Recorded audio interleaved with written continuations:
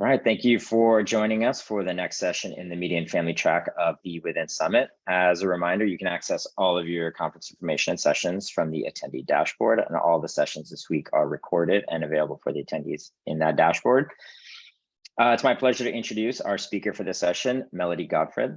Melody is an entrepreneur, author, and poet who leverages the power of self to inspire transformative growth in people around the world. She started her career as a litigation attorney and soon after founded Write in Color, a full-service resume and career development company that specializes in developing compelling personal narratives and brands. After transforming the careers of hundreds of women, Melody created the Self-Love Pinky Ring and launched Fred and Far to empower women to practice self-love and self-care. The company quickly went viral, achieving hundreds of organic press placements around the world, and today, women in over 40 countries have joined the self-love movement. It was through her work as the founder of the self-love movement, Fred and Far, that Melody reconnected with her lifelong passion for writing poetry. On Instagram, she began writing poems daily to inspire moments of self-awareness, love, and care among her community. These poems became the foundation for self-love poetry for thinkers and feelers, and her latest, The ABCs of Self-Love, a guided journal and self-love workbook, which I think you're going to be hearing more about today. Her work has been featured in Oprah Magazine and The Today Show, and readers have called her work life-changing pandemic medicine and part of their everyday ritual. With that, I will hand it over to you. Melody, take it away. Hi, everyone. I am so grateful to be here with you today.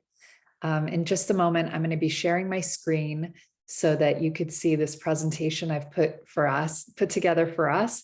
And throughout this presentation, you'll be able to submit any questions you have so that we can do a Q&A at the end.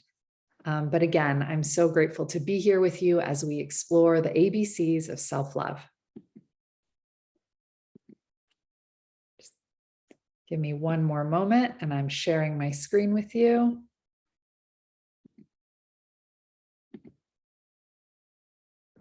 Here we go.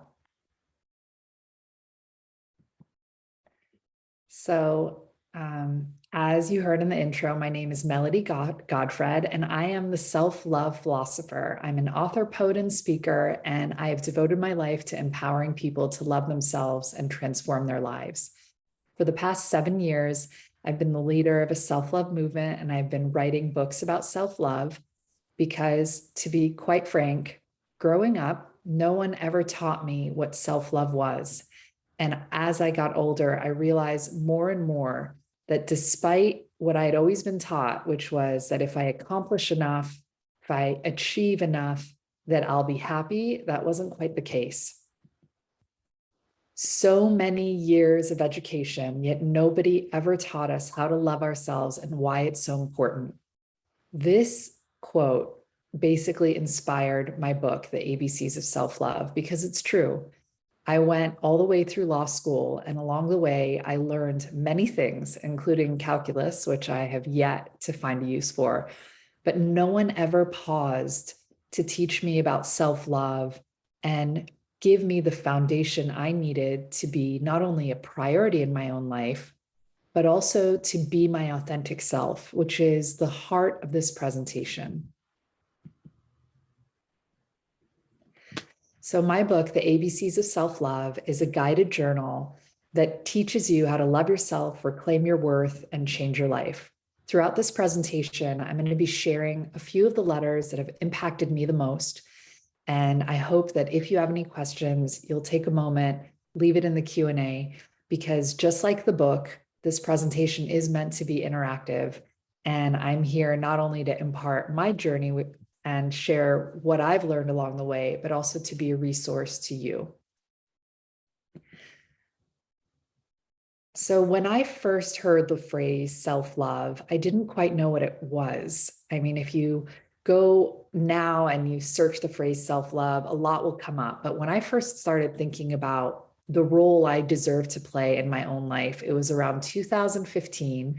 I was a mom, I was a lawyer, I had a house, I had a husband, I had everything I had ever sought out to achieve in my life. The only thing that was missing was me.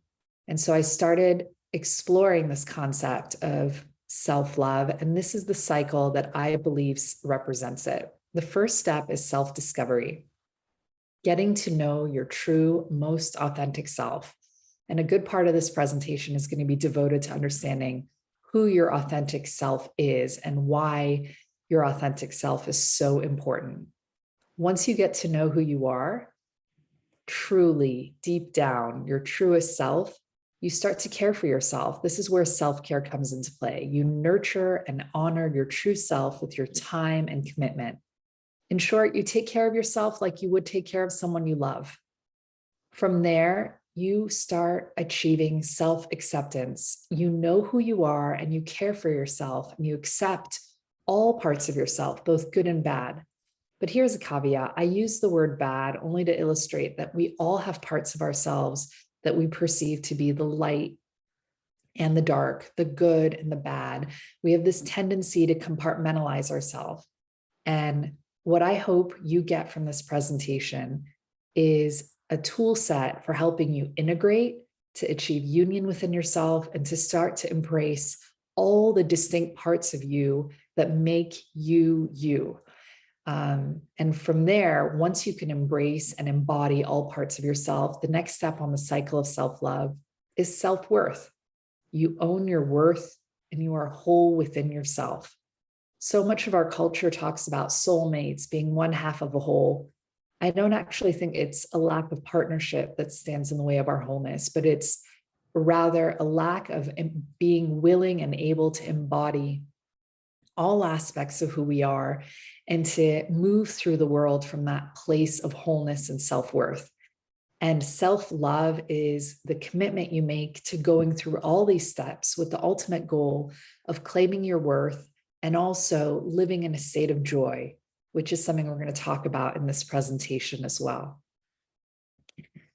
So in short, if I had to give self-love a one-sentence definition, for me, self-love is a daily commitment to honor your authentic self.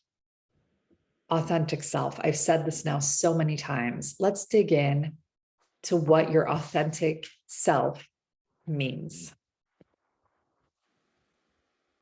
So, who are you? I know for me, I've always had a duality within myself. There is the me that my ego likes to lay claim to. And then there is the me that is deep down in my soul, my essence, the part of me that is untethered to anything other than my natural purpose on this planet. And at times, my ego and my essence are very, very much at odds with each other. My ego knows what it wants, and it isn't always aligned with what my essence wants for me. So I'm going to share with you a little bit about my story so that I can illustrate how we do all have this duality within us between our ego and our essence, and so that we can explore what getting to know your essence and prioritizing your essence, how that plays a role in your self-love journey and why it's so important when it comes to claiming your wholeness. So this picture on the right is ego-driven Melody. That's ego-driven me. This is a picture of me at my law school graduation. I was at the top of my class. I graduated with honors. I had a job waiting for me at a big law firm as soon as I graduated. And really, my graduation from law school was the culmination of a very long and successful linear climb up, up, up, and up. Here are some of the things that really defined me at that time: external validation, competition, perfectionism, superficial goals, burnout, regret, anxiety, shame, doubt, and resentment. Even though I was very good at achieving, I wasn't particularly joyful. And so much of who I was depended on my perfect control of everything around me. And yet, you know, society loved me in that role. They loved me as the litigation attorney. And so I kept climbing that hill until one day my essence gave up on me. I remember being in my 20th floor ocean view office of my law firm job, and I was surrounded by stacks of paper that I was reading and reviewing as part of a massive document review. And I felt my soul hovering over my body. And it was asking me, like, this is what you're going to spend your one precious life doing. And in order to understand why my soul felt that way, I want to share with you who my essence-driven me actually is. So my essence-driven me is who you're seeing today. I'm the self-love philosopher. I'm first and foremost a poet and an author. And this version of me doesn't actually care about climbing a hill.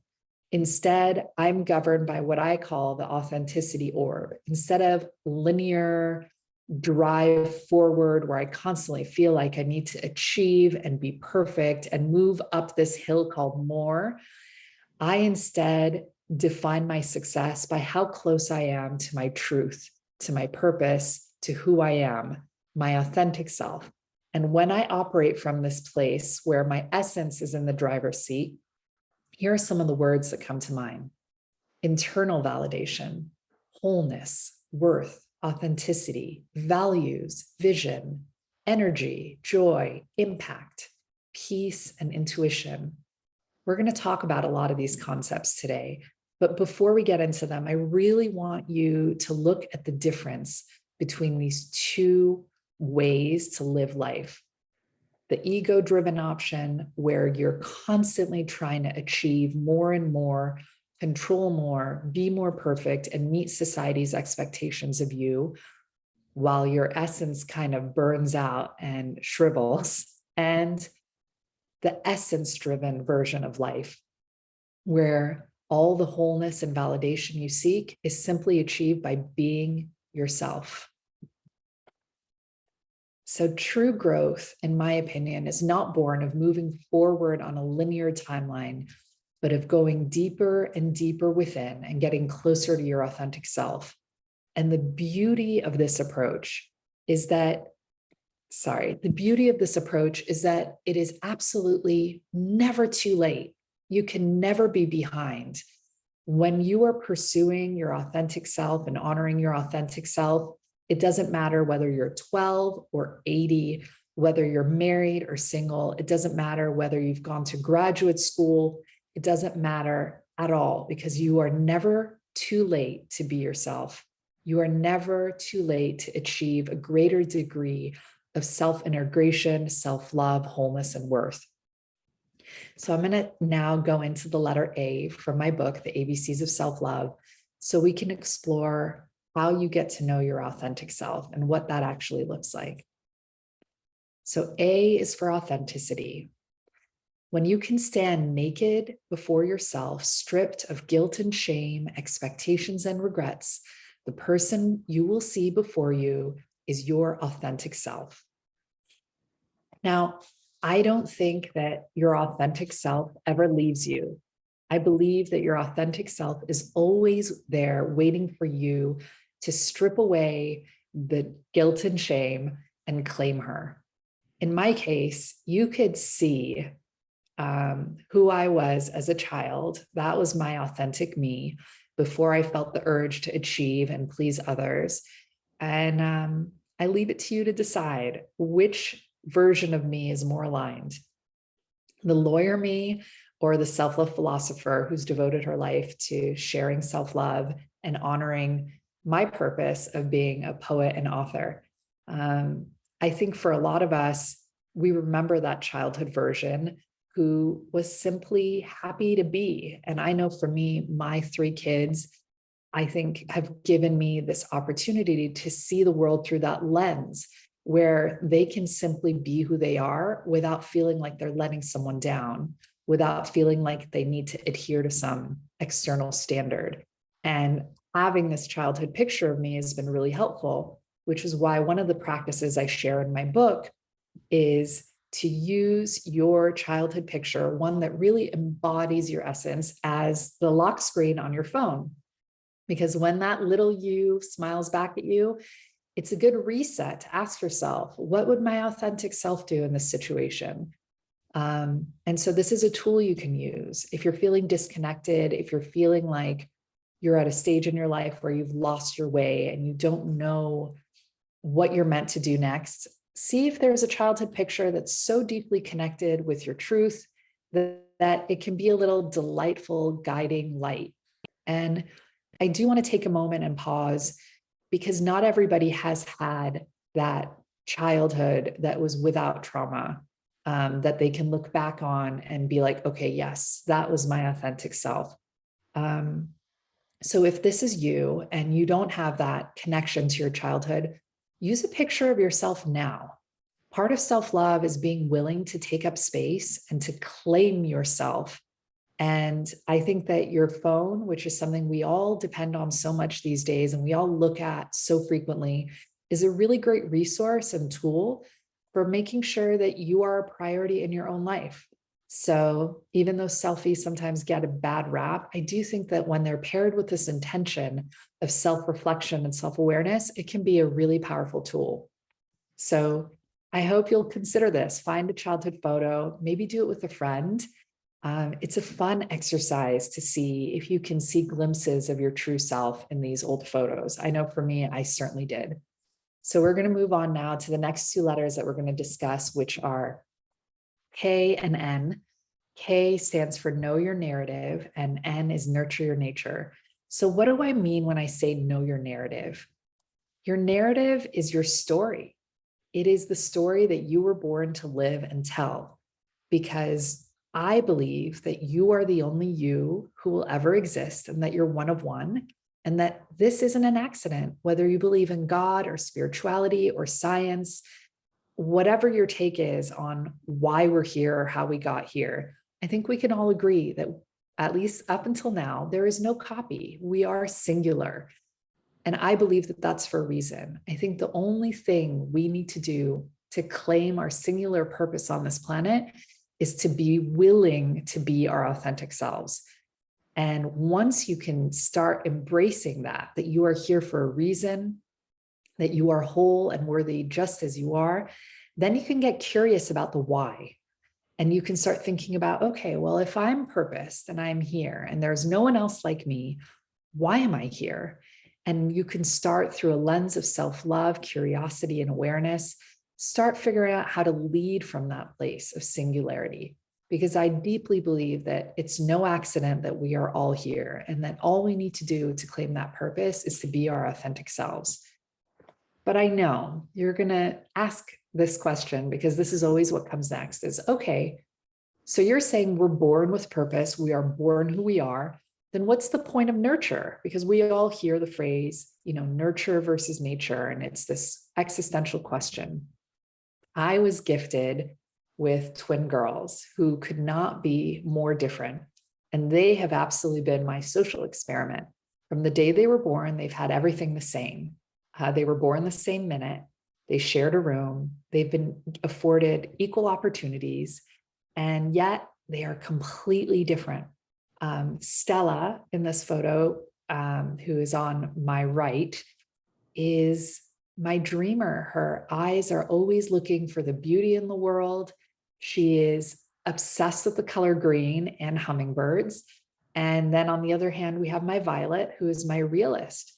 And her feet are firmly planted on the ground. She's a doer. She creates in this moment and doesn't really live in a dream world, aside from the one that she has cultivated with her stuffed animals. And they are very different. And they have taught me this. And I hope this is something that you can take away from my social experiment, that it's not about nurture nature. It's about nurturing your nature. It's about recognizing who you are, why you're here, and creating a life and environment that works in alignment with who you are instead of in opposition.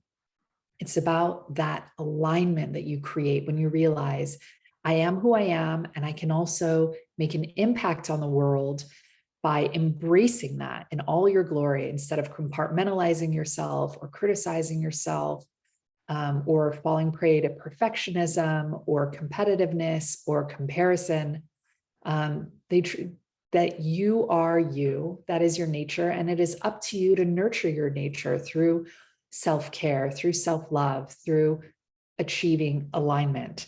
And as you do that, it's important to remember this phrase, I am not for everyone, I am for me. can you live up to your own purpose? Can you live up to your own values? My daughter, Stella, who loves the hummingbirds, to say she's obsessed is a bit of an understatement. She is, in fifth grade and spends a good bulk of her day on the yard looking for hummingbirds. And sometimes other kids come to her and they're like, "You're nuts. Like, let's play video games. Like, why are you even talking about nature?" They don't get it. And so this is a phrase we talk about a lot. I am not for everyone. I am for me. Are you brave enough to know who you are and live your life in accordance with that? It's a brave thing. And I think for some of us, it isn't until adulthood that we are really willing to know ourselves and be ourselves and unravel some of the guilt and shame that we accrue, especially during adolescence, when we sometimes feel wrong simply by being who we are. And I've really learned a lot from my daughters because they are willing to be themselves, which is a very brave thing. And I think part of that is because we talk about self-love, we talk about authenticity, we talk about the fact that they are purposed and that they don't need to prove anything to anybody other than themselves, that they do need to have values and to strive. One of our family mottos is that Godfreds never give up. And we root for each other and we inspire ourselves to root for ourselves as well. But nonetheless, it all comes down to this belief that I have really tried to instill in my children and within myself, which is I am not defined by achievement. I am honored through authenticity. And when I talk to my kids and their teachers at school, the first week of school, they ask you to fill out some paperwork about getting to know you and your family and your kids. And this year, I wrote to the teachers, my values as a parent lie in authenticity and joy.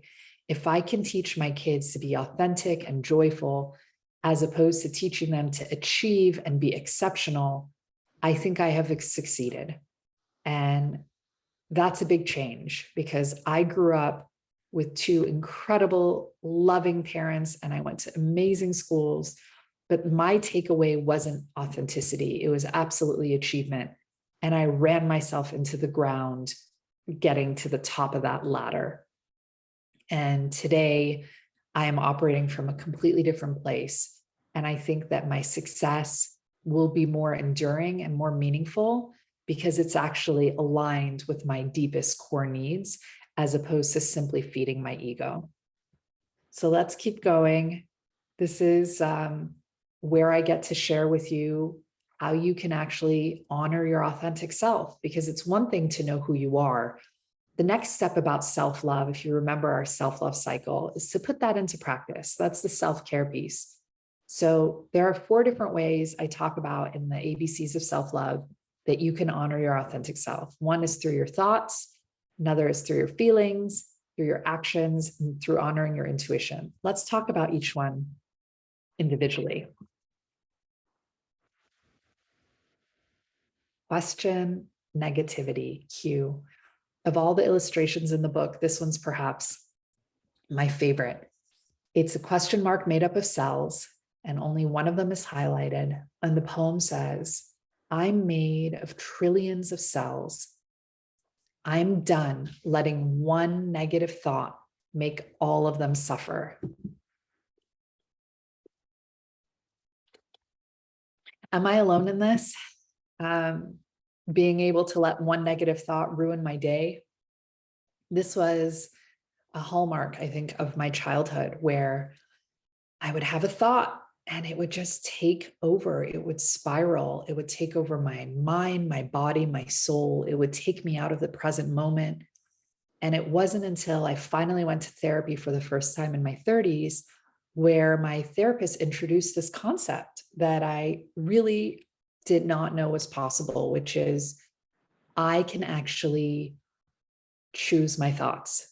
And that just because a negative thought might be the first one to come, because I tend to operate from a place of fight or flight, it doesn't mean that I need to let that negative thought be the thought that wins out. Let me give you an example. Old thought. I'm so behind in my career and personal life. Everyone else is doing better than me. I had definitely have that thought, and it comes up quite a bit.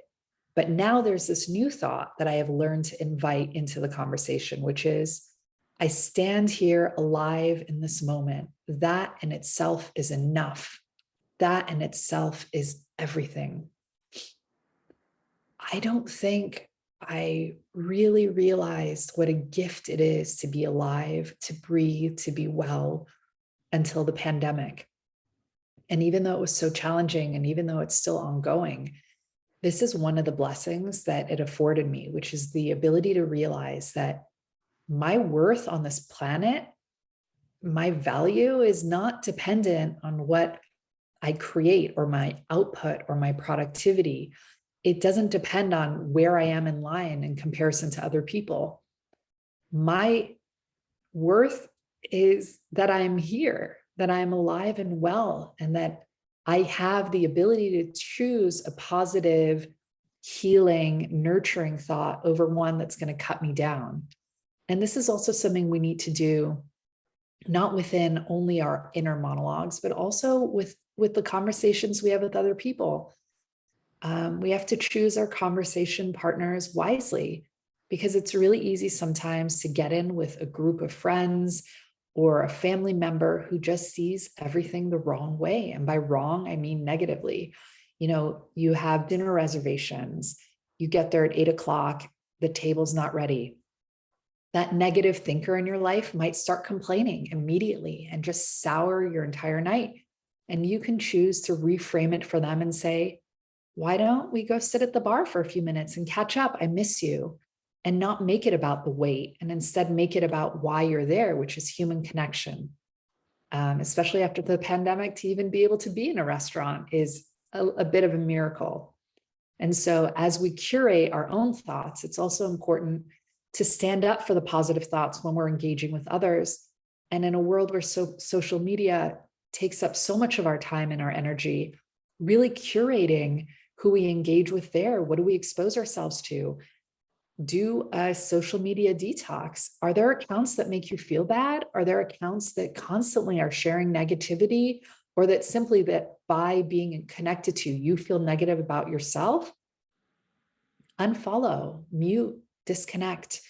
How can you instead fill your exposure points with joy? Because you can't always control what you're going to see on your feed in the moment, but you can at some level, high level, curate. Am I going to have a joy feed, or am I going to have a doom scroll?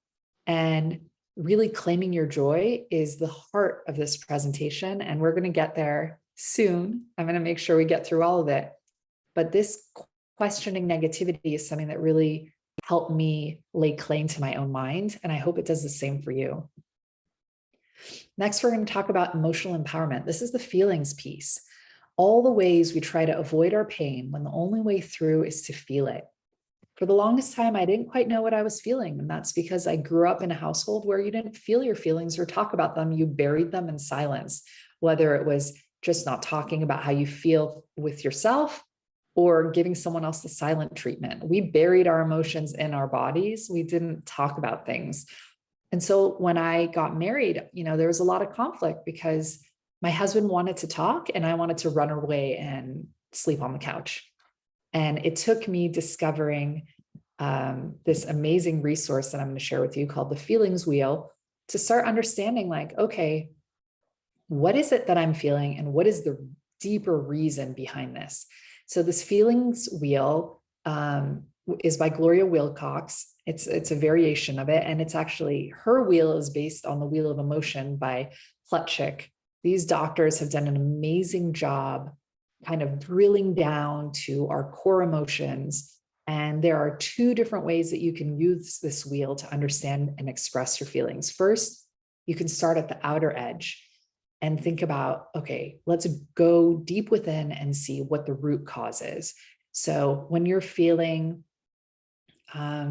isolated, that comes from loneliness, which ultimately comes from sadness. Or if you're feeling discouraged, that actually comes from rejection, which comes from fear. And once you get to the root cause of your emotions, it's much easier to understand like the how come of it. So you can start making changes that honor those feelings and create change in your actions.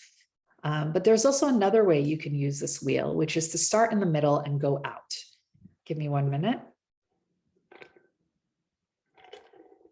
My favorite thing about this wheel is when I discovered that I can go to joy, which is a root feeling, and I can radiate out and understand how I can get more joy into my life. So what I discovered looking at this wheel is that one way to cultivate joy is by being daring. And this was like a big aha moment, because as someone, as I mentioned earlier, who's oftentimes in fight or flight, I thought that joy came from security and that I got security by being really safe and risk averse. This wheel helped me realize that, for me at least, it's the opposite, that if I want to experience true joy, I have to be bold, I have to be daring, I have to activate my life. And that by playing it safe, I was actually kind of keeping myself, yes, secure and peaceful, but I wasn't activating the joy, which is what I really wanted to feel and embody in my life. So I hope you can use this both ways. You can start in the middle and radiate out, or start on that exterior and go in and understand the root cause of your feelings. So next, I want to talk to you about dreaming. Dreaming for me is an action item. It's a way to give voice to your authentic self in your daily life. And not only that, to start cultivating a vision for your future. So for the longest time, the only dreams I had were the nightmares that came accidentally while I was sleeping. And it wasn't until I started realizing that by making time to actively dream during the day, that I can start creating a future that I actually could look forward to and intend, rather than it being accidental. Dreams only come true if you have them. And this is true for me, and it's true for you. And this presentation is the embodiment of one of my dreams. Because when I first wrote the ABCs of Self-Love, it was a newsletter.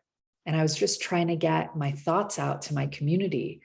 And then one day I had this dream, and it was a waking life dream of, well, what if I made this into a book? What if I could actually reach people beyond my little community and share the ABCs of self-love with them? And that dream was the seed that led to me initially self-publishing this book, and then getting a book deal and expanding it into this beautiful illustrated journal, and getting it into bookstores and even like the airport this summer. The ABCs of Self-Love was on at Hudson News at 300 bookstores across the United States in airports. That was a dream. That was a dream that I don't think younger me would have even dared to dream. But when I started realizing that dreaming was an expression of my authentic self, it was a way for me to connect with my authenticity and honor it, that I started doing it daily.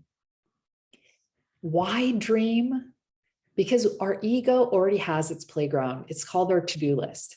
I bet every single person in this room has a to-do list. So your ego is getting its back scratch. It's getting what it needs. But your essence needs a place to play as well. And I think that daily dreaming, in waking life, writing a dream down, sharing it with a friend, that's like a to-do list for your essence. It's where you start manifesting and cultivating the future of your dreams. So we've talked about two different ways you can honor your, actually three ways you can honor your authentic self. We've talked about curating your thoughts and choosing to question negativity and instead embrace positive thinking. We've talked about feeling your feelings and using that as a way to express yourself. We've talked about one action item, which is dreaming in daily life. Now we're going to talk about another way that you can honor your authentic self, which is intuition, which is creating space for your intuition to lead. What is your intuition? It's hard to put in words, but we all know it when we feel it. Your intuition is not a thought that comes to you in your mind. It is a deep knowing that comes in your essence and almost pinches you. And it only comes out to play when you start eliminating the things that stand in its way. So your intuition is the voice of your authentic self. It exists. You have an intuition. We all have an intuition. but it's possible that your intuition is quiet, it's dull, it's dormant. Let's talk about how we can wake your intuition up. These are some of my favorite ways to amplify your intuition. One, turn off your phone. I mean, like literally, I'm not even talking about putting it in a different room. Turn it off. Have time every day where you're not tethered to your phone. Another, take a shower. It's been statistically and scientifically shown that something about the water on your skin makes you present in the moment.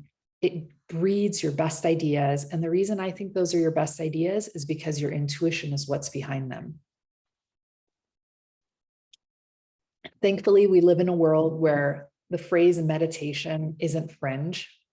The word meditation is something that has become incredibly accessible to all of us. And it's as simple as creating a quiet space for you to go inward into your mind and strip away the distraction and see what comes. If you have trouble meditating, start with 2 minutes. And in those 2 minutes, you can have a mantra phrase that you repeat. You can have a song that you listen to. In Joe Dispenza's book, which I'm reading, which is Breaking the Habit of Being Yourself, he says, imagine you are in a room that's filling with water and feel the water in your toes and feel it as it goes all the way up. The first time I did this, I thought, I'm going to hate this. I'm going to basically be drowning, but that wasn't the feeling at all. Envisioning the water, or I've done this also with sunlight hitting my body, gave my mind somewhere to focus, and it helped drown out the noise. Another beautiful way to activate your intuition is to listen to music. Ever since I was a child, music was my home place. It was where I could get out of my thoughts, get into my body, and really feel most alive. So what I like to do is I pair music with a walk or dance, which are two other ways that you can amplify your intuition. You can also journal. You can use my book, The ABCs of Self-Love, which is a guided journal. You can get a piece of paper and just spend 5 minutes every morning just getting out what's in your head, or do what I like to do, which is spend 5 minutes before bed emptying your brain. I call it my clear my head moment, where anything that's floating in my head, my to-do list, my fears, my excitement, anything that's there, I get it out on the page. And then I actually feel peaceful enough to feel the nudges from my intuition. And lastly, I'm going to tell you my parents' favorite way to activate their intuition, which is gardening. Get your hands in the dirt. You can do it while you're playing some music. You can do it with friends. It is incredibly healing, and your intuition loves it. Which leads me to movement, which is a big, big, big change for me, again, in my 30s. And I don't think I ever looked at movement as something that was good for my mental health. I always thought of it as something for exercise or for weight loss or to make my body look or feel a certain way. And that always felt like a trap, because this thing that was supposed to be healing actually became more competitive, more about perfectionism. It activated my ego. And it wasn't until I started tying movement as a gift I give to my mind, and vice versa, my mind can give to my body, that I started to see movement as the healing resource that it is. I really wanted to play something for you, but unfortunately, we don't have the capability through Zoom. As I mentioned earlier, music has always been the place that I feel safest. It's where I feel the most me, where it gets me out of my head. And it's a really good resource for fueling movement and in turn activating your intuition. So on Spotify, I created a Happy Thoughts playlist, which is also listed in my book. These are songs that unequivocally get me out of my head and into my body and make me feel most alive. So when you have a moment, you can go over to Spotify. We'll include this link somewhere in this presentation so you can access it. And you can see like which of these songs brings you out of your head and into the moment so that you can activate your intuition and find your way home to your authentic self. So this is what we've covered so far. Self-love has empowered you to discover your authentic self. You know your narrative. You now understand what it means to nurture your nature. You question negativity. You feel your feelings. You dream daily. You listen to your intuition and you move your mind and body. we've covered a lot, and you're changing your life. I bet you can already feel where you're going to start making those changes. Are you ready for the reward you get for loving yourself and putting in all this work? This is my favorite part of the presentation. The reward you get is joy. Now, I want to talk to you about what joy is and what joy isn't. So happiness and joy, these terms are oftentimes used interchangeably, but they're not exactly the same thing. Happiness can be fleeting, it's external, it's ever-changing, circumstantial, it's achievement-based, it's safe. It comes from the outside, in short. Joy is foundational. It's internal, it's consistent, it's deep. It comes from your worth, and it's an incredibly brave thing to experience and feel and embody. Now, happiness may come and go, but joy is foundational, and it has nothing to do with avoiding sadness. You can be sad and joyful at the same time. This is a poem from my book that I wanted to share from you because it means so much to me. Sometimes I'm a happy ray of sunshine, and sometimes I'm a melancholy beam of moonlight. Happy or sad, I am still whole, I am still worthy, I am still enough, I am still grateful, I am still joyful, I am still me. Me to me means I am my authentic self, and joy is my reward for existing in that place. Dr. Brené Brown, who is at the forefront of research when it comes to understanding authenticity and joy, she said something that stayed with me, and I really want to share it with you so that you can see why it's so important to embody and prioritize joy. Do you dare to get vulnerable enough to tolerate joy, or are you merely dress rehearsing tragedy? I think we can all say that we've spent time thinking about the worst that can happen, but are we brave enough to think about the best that can happen? Because that's brave. I mean, that's dangerous even. That's setting us up for disappointment. That's setting us up for being let down, for not having what we want, for not achieving that dream that we dreamed earlier. So it is quite brave to get vulnerable and tolerate joy and exist in that place of joy when we've all learned through the past few years that it can be ripped away. But nonetheless, I think we were put on this planet to do more than dress rehearse tragedy. So now you're going to ask, okay, authenticity, got it. But joy, like, I don't even know what my joy is anymore. The past few years have been so weird. How do I even get into a place within myself that I know what my joy feels like or looks like or what triggers it? That's where the joy list comes in. A few years ago, I adopted this practice, and I want to share it with you so that you can try it as well. In my notes app on my phone, I now keep what I call the joy list. Anytime I feel a ping of joy, it can be a superficial ping, like a shopping ping, or it can be a deep ping, like making you giggle or making you smile, makes me feel deeply joyful. I write it down because sometimes, even though I devote my life to practicing and sharing self-love, I write about it, I talk about it, there are days where joy feels very out of reach. And it's in those days that I go to my joy list and I just read it. And when I read that list of the things that triggered a deep ping of joy inside me, it's easy for me to get back to that place. And I'm constantly adding to this list. For example, I love being here with you. I added this to my list when I was making this presentation. I love being able to share a bit about my life, my family, my learnings, and the research I've done and the writing I've done. I love sharing it with you if it means that tomorrow you could wake up and be a little bit more connected to yourself, your true self, your joy, and your self-love journey. So try it. Open your notes app. When you feel that ping of joy, write it down, keep adding to your list, because that way your joy is always waiting for you, just like your authentic self is always waiting within you. Before I let you go and before we start the Q&A, I'm going to give you a gift. And that gift is the letter B, boundaries. Boundaries is how you protect everything that we've talked about: your joy, your positive thoughts, your truest feelings, your dreams. And sometimes people have trouble with boundaries because we think we're saying no to someone and we're being rude and we're letting them down.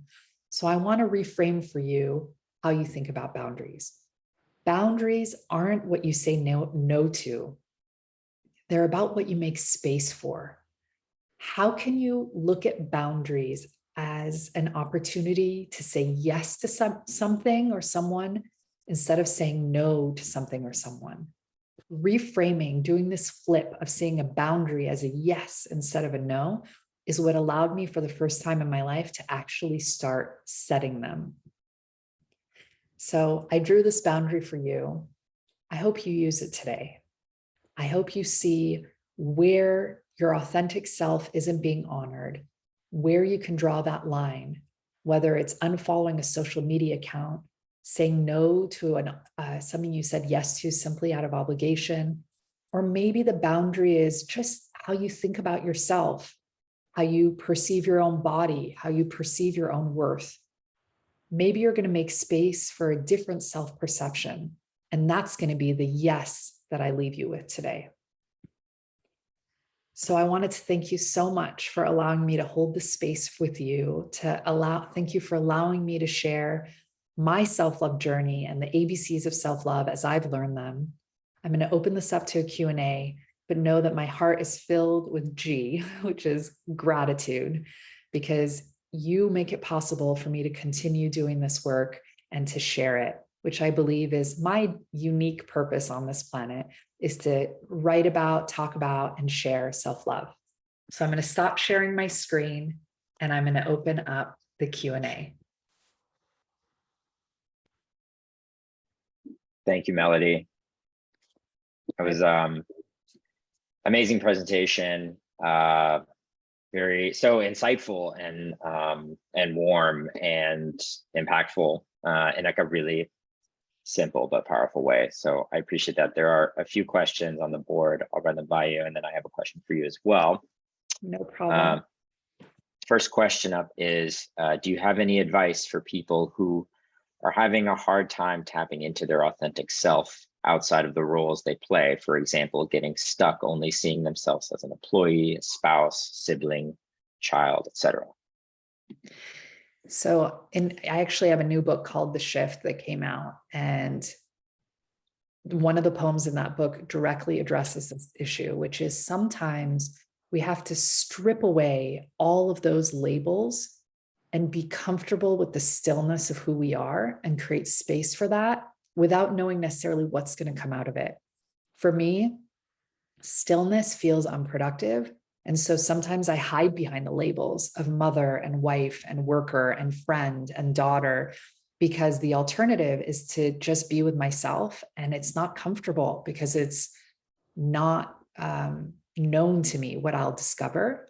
So even if you can carve 15 minutes in a day to go for a walk and listen to music and not have an agenda, that's a really good start. Another thing you can do is think about who you were before you started accumulating all the labels that we accumulate throughout our lives. What turned you on? For me, for example, I played the piano up until I was 20, took lessons for like 15 years. And then once college and law school and marriage and motherhood hit, I just stopped. And it was something that had brought me a lot of pleasure and made me feel like I was expressing my creative soul, which went dormant for like 15 years. Until I sat down at the piano, I was like, I'm just going to play and see what happens. So maybe there's something from the earlier period of your life before you started defining yourself through these labels that you can revisit and make space for as a way to connect with your true self. Thank you. Next question is from Kath. Kath asks, and says, this was so inspiring, Melody. You mentioned social media earlier. Would love to hear your thoughts about shifting the social media content we consume and how to seek out or engage with more uplifting content. And thank you for sharing. Thank you, Kath. That's a great question. One of the struggles that I've recently discovered is that on any platform, especially a new platform that you're on, the algorithm is getting to know you. And so when I first got on TikTok, I must have clicked on a few before and after videos for like weight loss journeys. And then all of a sudden, the platform only started serving me that content. And it was so bad for me because that kind of content just makes me feel terrible about myself and makes me feel like there's this unattainable standard that I'm not meeting. Like, oh, look at these other people. They managed to get it together. Why can't I take care of my health the way they did? And then I realized one day, like, it's just an algorithm. And sometimes the algorithm is going to feed the parts of ourselves that we're actually trying to heal. And so what I did is then for the next few days, I was like, very deliberate. I'm going to click on things that are going to make me feel good. And that was like some bird videos, that was some kid videos. I just really went out of my way to populate the algorithm with things that I thought would serve me instead of harm me. And every now and then I need to just keep recalibrating and being really mindful of what I'm being served, because what I'm being served is what the algorithm thinks I'm going to click on and watch the most. And so sometimes it's about being a responsible citizen on social media and being mindful about what you're consuming. Because if you're not careful and you just give in to your old habits of content you maybe would have watched in the past, but now you're realizing isn't healthy for you, that algorithm is going to keep serving it to you. So one is being mindful about how you teach the algorithm to serve you, because it's really there to serve you. And the other is what I talked about in the presentation. Once a month, do a little dive into who you're following, what's showing up in your stories, what's showing up in your feed. Ask yourself, does this make me feel good? Am I learning something here? Am I being inspired or delighted? If not, unfollow, do a cleanse. It'll feel good, I promise.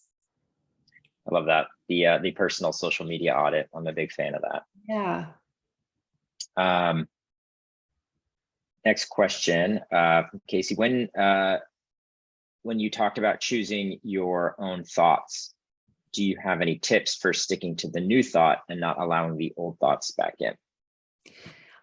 This is a great question. The old thoughts do come back in, but I view it now like a subway station. And this was, again, like a visual my therapist gave me that was really helpful. When the negative thought comes in, I'm more mindful now of how it feels in my body. Am I frowning? Am I tense? Do I have a pit in my stomach? If those triggers, those physical cues start coming up, I envision that negative thought leaving the station, and I imagine a new thought coming in, and I choose, like, what train do I want to get on? Which subway car am I going to choose? And I let my body be the cue, because old me would never realize I was agitated or upset in my body, but new me, who's trying to spend more time breathing, moving, getting out of my head, your muscle memory starts teaching you when the bad thought comes so that you can invite the good thought in sooner. I love that answer. I wanted to ask, again, thank you for the presentation today. It was terrific. Is there a signpost of sorts for someone who might be practicing these principles of self-love to know when they're, I don't know, doing enough? Do you think it's something that will always feel like a work in progress with milestones, or do you think someone can achieve, let's say, a certain level of self-love that maybe instead requires just sort of continuous maintenance?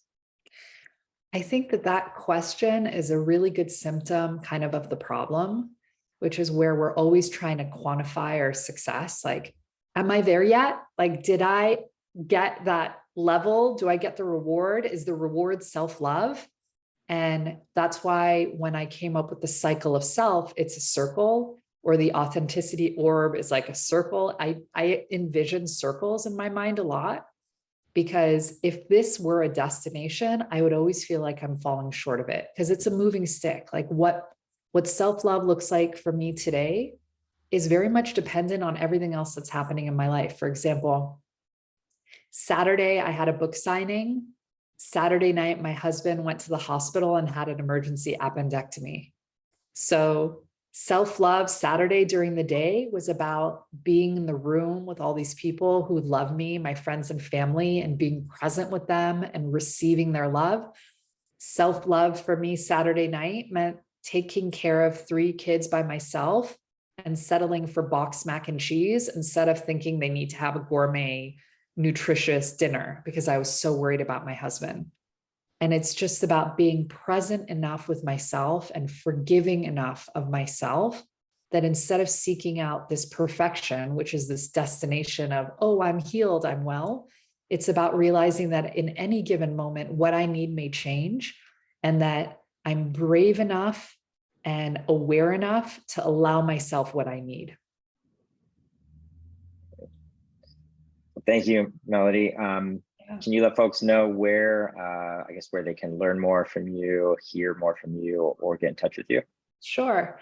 I love connecting with people. So you can find me on my website, melodygodfred.com, on all my social channels. I'm on Instagram and TikTok, primarily at Melody Godfred.